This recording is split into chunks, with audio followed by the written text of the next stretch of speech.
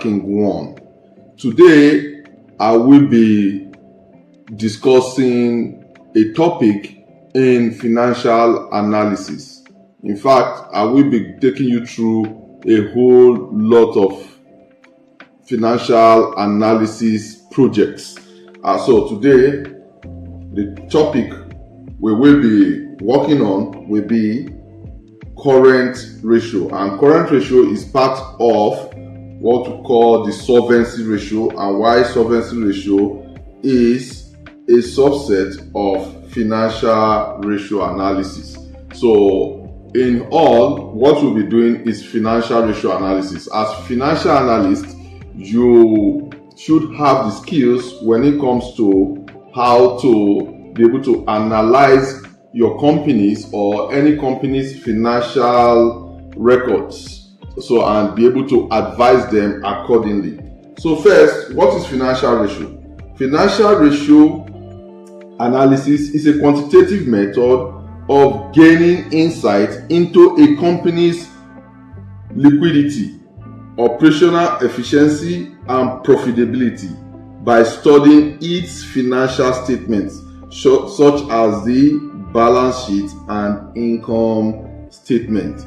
So today we'll be taking current ratio. We have a whole lot of ratio analysis when it comes to financial analysis, and I will be doing it as a playlist. So just follow me and you will learn a great deal how to become a very technical and skillful financial analyst. All right, let's start. Let's go right into it. Now, first, let me define current ratio. Current ratio is basically a company's ability or capacity to repay its loan, debt, or short liabilities in a period of 1 year. It means if a company has enough short-term assets to cover for each short-term liabilities. Okay, so liabilities are the things the company owe, while the assets are what the company own. So it's always about own to owe. Okay, so what you own are your assets, and what you owe are your liabilities. Okay, so the ability for what you own to pay what you owe in a period of 1 year is called your current ratio. And analysts really want to know about company's current ratio to know if the company can actually survive or not. All right, let me quickly give you the formula. Now, the formula for current ratio is current ratio. So I'm going to abbreviate it. I'm going to call current ratio as CR to make it faster. Okay, so your current ratio is the same thing as your current assets, what you have or what you own. Call your current assets divided by your current liabilities. Okay, so let me give let me quickly give a simple example. Okay, now if you have your current assets as, let's say for example, you have current assets as 120, and you have your current liability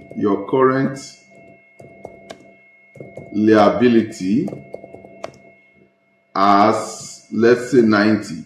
So what is your current ratio, your CR?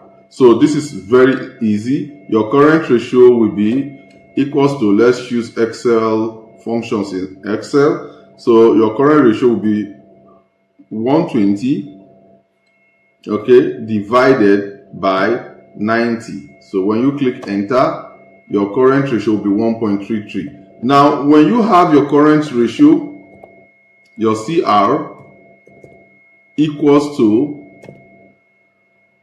1.33, then this is actually good. Now, there is some actual limitations to current ratio. There are some limitations when your current ratio is greater than 1. Because this is greater than 1, so we will say that the current ratio is good. I will explain that. Now, so let me use a form of example.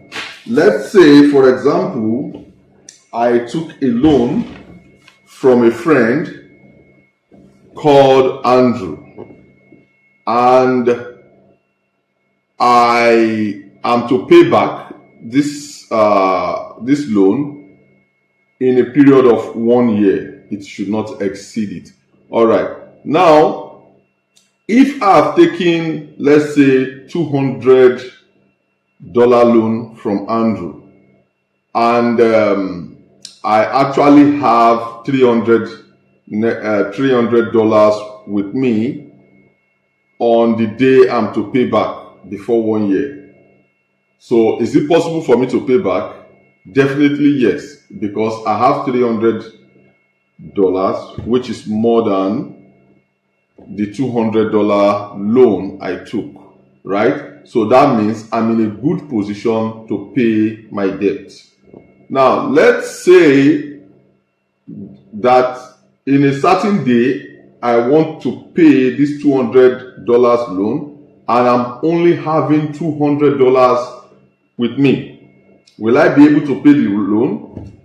Definitely yes, I'll be able to pay the loan. So that means it's okay, but it means that when I pay the loan, I may not have any extra money left with me. But definitely I'm in a position to be able to pay the loan. Now, let's say, for example, on the day I'm to pay back this $200 loan, I'm only having $100. Will I be able to pay the loan? Definitely no, because if I pay the $100, I will still have $100 left to balance up, which means I'm in a bad situation. So this is just a typical scenario of how to understand the current ratio. Now, the current ratio, once your current ratio, as a financial analysis, when you calculate the current ratio of any company, and you discover that the current ratio is lesser than 1, then the company is in a bad shape. Means that all what the company have, all the assets the company have within a year, the company can have other assets that can actually be converted to cash, maybe financial analyst for your company or any other company, and you get it to your current ratio to be lesser than 1, then you have to advise the company that they are in a bad shape and they have to work on how they can increase their current assets. So their current assets at any time should be higher than their current liability. So if we have, just as I explained earlier, if you have current ratio that is greater than 1, it's good. But if your current ratio is equals to 1, well, it's okay. So that is it about that. Now let's also check something. There is still something an analyst need to check. As a financial analyst, we dive deep in state of that company. So only using this current ratio may not actually give you the exact state, because there are some limitations to current ratios. So these are the limitations I want to quickly highlight. Current ratio actually doesn't consider the quality of the assets. So current ratio do not consider quality of the assets. Now let me use an example, a simple calculation to explain it. Let's say company A, and let's say we have company B. Okay, company B. Now if we have company A and company B, And let's say that the current as follows: cash. Then we have marketable securities, right? Marketable securities.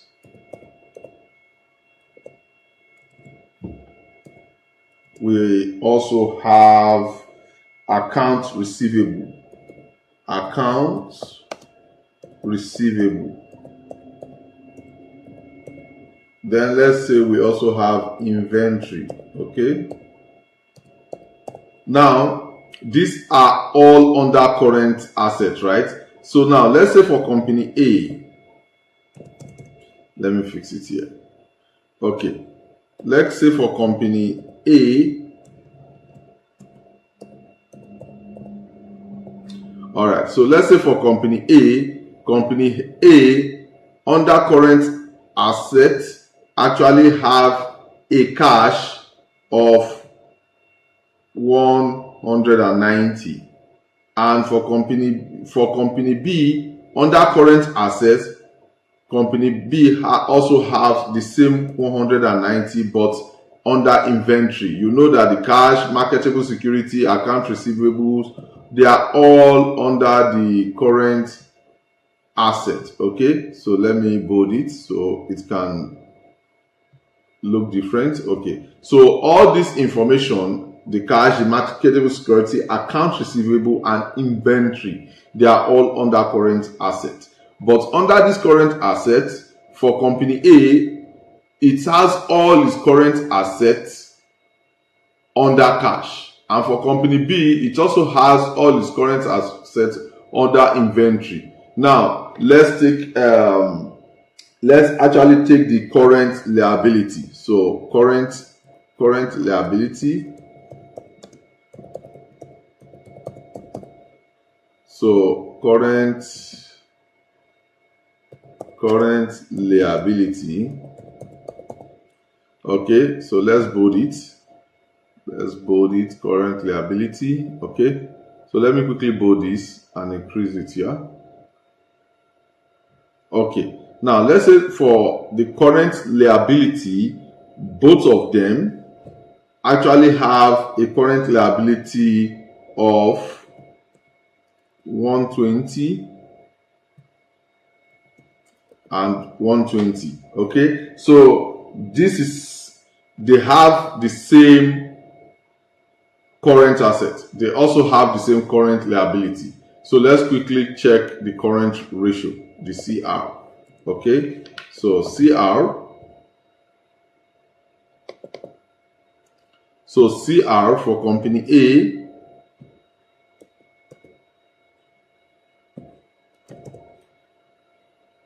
let me bring it back. I want it to, okay. So the CR for company A will be the same thing, your current assets, which is this, divided by 120.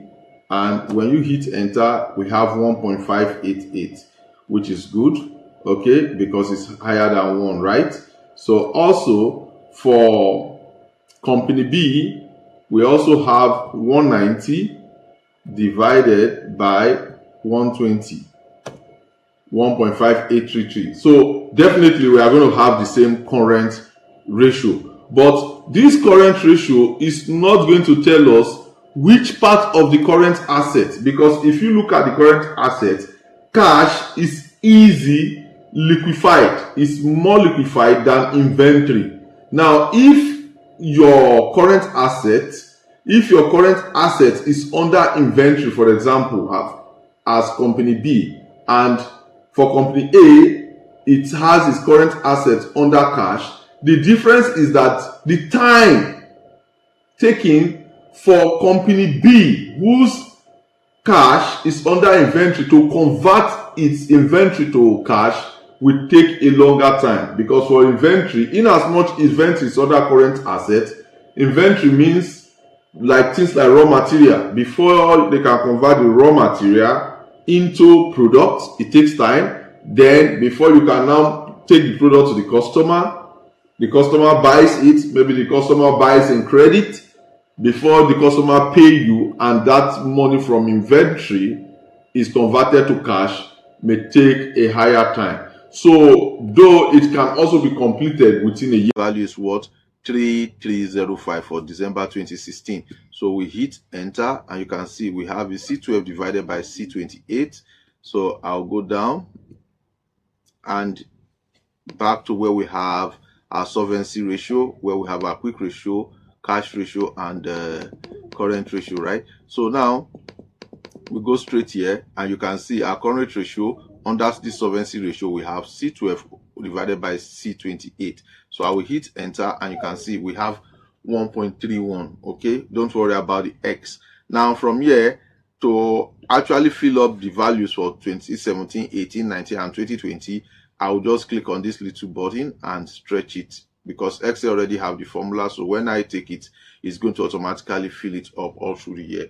Now guys, now we have to investigate. Now checking it, you can see we have 1.31, 1.36, 1.14, 1.02, 0.99. This is actually good, because when we have 1.31 in 2016, means that we have a very good asset to actually pay our current liability. We have good current asset. So this is good, because this is 1.31. So going down December 17, we have 1.36. Okay, though we have had an increment here, this is good. This means the company is doing well, means the company is actually receiving in more money in liquidity. It fell to 1.14.